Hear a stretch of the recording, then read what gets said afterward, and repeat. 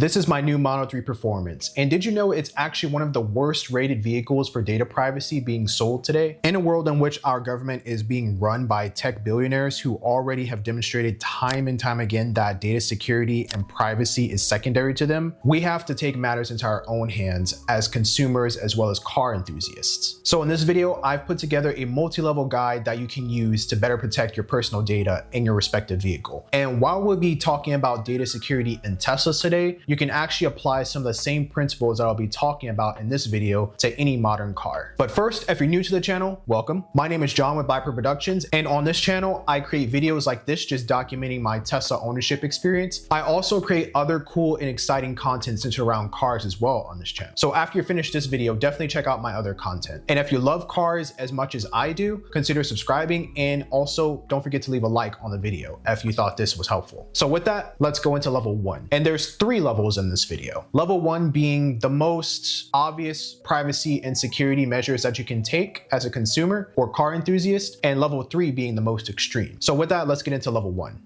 So first thing is you should actually consider installing a camera blocker on the interior camera. And if you don't know, Teslas, as well as some other cars, have a camera at the very top where your rear view mirror is. And that camera, I honestly don't trust it.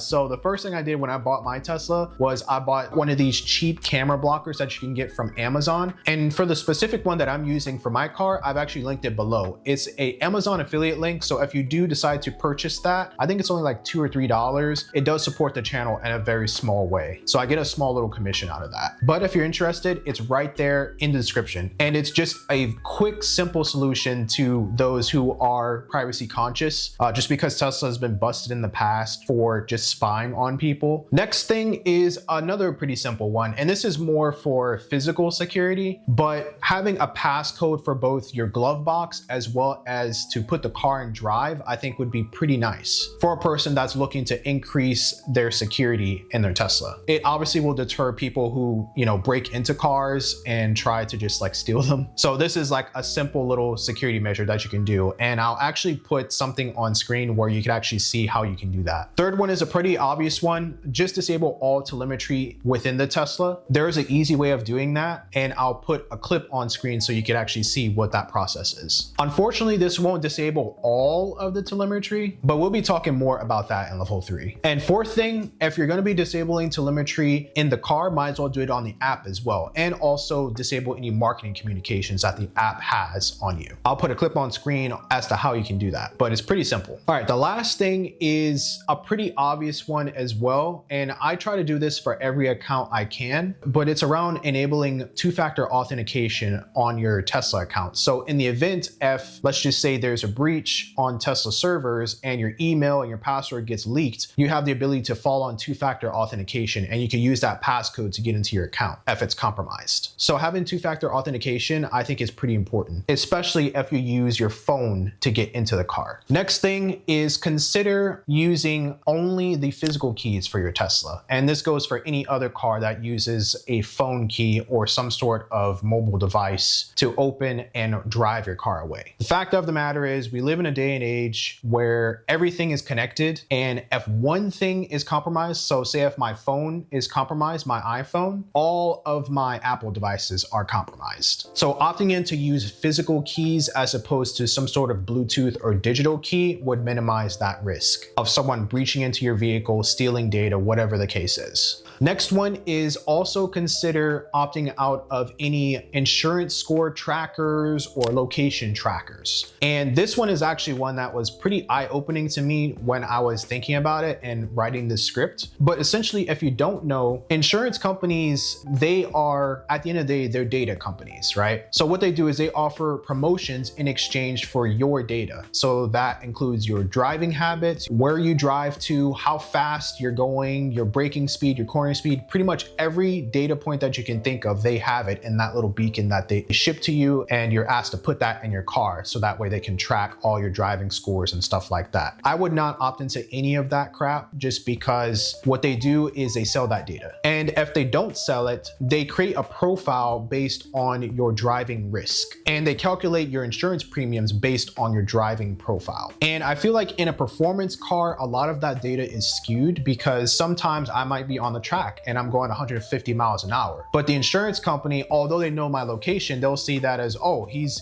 driving recklessly, so we have to increase his premiums. So I don't know. Insurance is just a very, very shady world, and a lot of what they're doing is in a gray area, which is why they get away with it year over year. And I just like think about all the countless breaches and stuff like that, and it's just a very shady world. So don't use any of that. And that's one of the reasons why I actually don't use Tesla insurance, because they do that exact same thing. Now, I don't know if they sell your data to third parties. They say they don't, but the fact of the matter is they have that data sitting somewhere on a server. And with all the breaches going on today, I don't feel safe with my data being stored long-term on a server that may not be secured. Next thing is another physical security item, and it's around just protecting your car. So I have wheel locks, and this is one where I kind of haven't like actually practiced what I'm preaching, just because the wheel locks have just been sitting in my trunk for the longest time now. But if you don't know, Tesla offers wheel locks for their cars, and you could actually put them on and it would stop a would-be person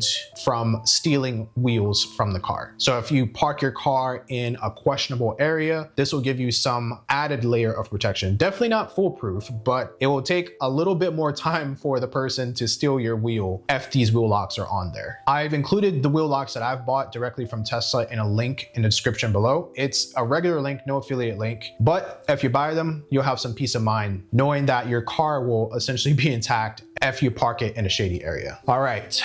We are in the third level. And if you made it this far, we're in the depths. We're in the deep end when it comes to cybersecurity and data security. And what I'm about to say in this level is do at your own risk, and also review local laws wherever you live, because some of the things I'm going to be talking about in this level might be head turning, but important to know for people who are interested in protecting their personal data. So first thing, remove the SIM card from either the car that you have, whether that be a Tesla or not. But for Teslas, there's this thing called the Telematics Control Unit, or TCU. And essentially, it's a separate hardware unit that is made to gather data on the vehicle. So this includes diagnostics data, this includes your location. Pretty much everything Tesla would want to know about the car is located in this control module. And if you don't know, in the new Teslas, I'm not sure about the old ones, but the new Teslas, there's this little headliner piece, and I'll put a picture of it so you could see it, but it's like right in the back of you, and it almost looks like a little speaker, probably because it is. But in order to remove the SIM card out of a new Tesla, this headliner has to come down,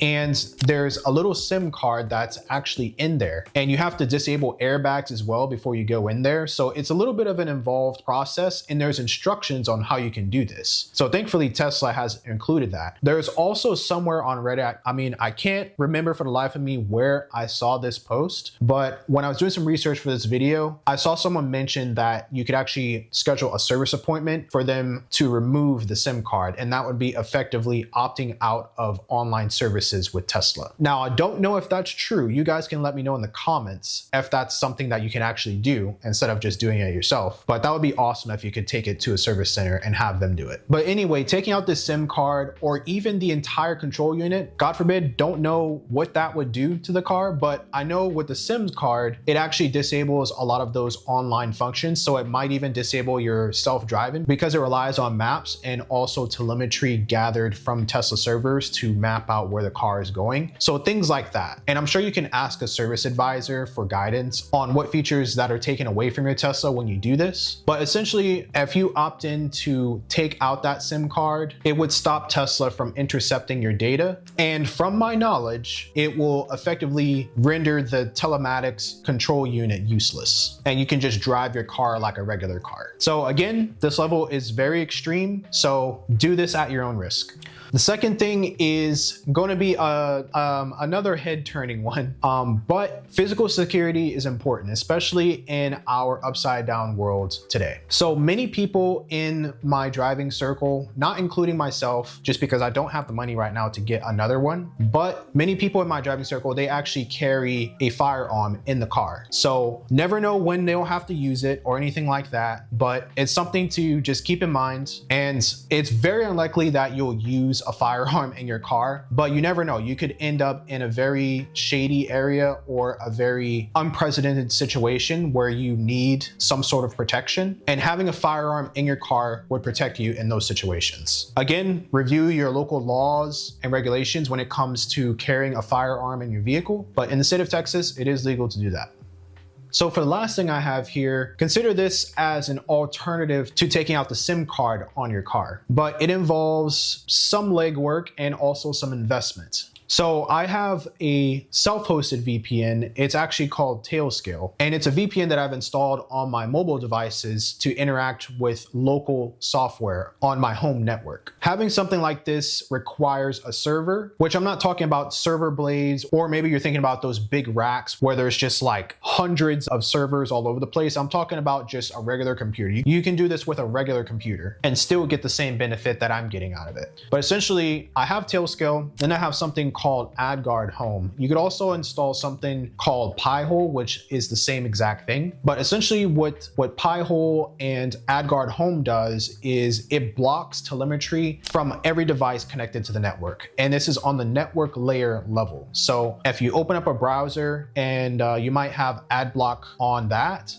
happens just on the browser level, on the internet level. So this essentially blocks telemetry on the network level, meaning the telemetry or whatever like spyware or just like cookies, data gathering, and all that kind of stuff, all of that is blocked at the network layer. And it's blocked in a way where it doesn't even get to the device, or the endpoint rather, in this case, that you're working from. It also works on stuff like Xbox. So you don't have to have anything particularly installed. It just has to be connected to your local network. Also works for Apple TV and any other device that connects to the internet in your network. For Tesla specifically, if you're using Wi-Fi to connect internet to your car, then the internet from your phone is going to connect to the VPN that's calling back to your home network. And you can utilize AdGuard Home or Pi-hole to block all of those various telemetries and stuff. And this also works for public networks as well. So if you're at the airport or maybe even a coffee shop, it actually blocks all of that telemetry. Whatever the telemetry is, it will catch it, filter it out, and you'll be on your way in terms of privacy. So it's a pretty handy tool, and it's a very powerful tool. And I've been using it for the past 2 or 3 years now. So it's definitely something worth investing in. That is if you don't want to pull out the SIM card or anything like that in your car. So that is the video. If you thought this video was helpful, definitely feel free to leave a like and also consider subscribing. Like I said in the beginning, I make videos like this just talking about my Tesla ownership experience, and I also make car reviews. I didn't mention that actually. I make car reviews every month. So definitely check out my other content and consider subscribing. This has been John with Blackbird Productions, and from one privacy advocate to another, thank you for watching. I hope this was helpful, and I'll see you in the next video.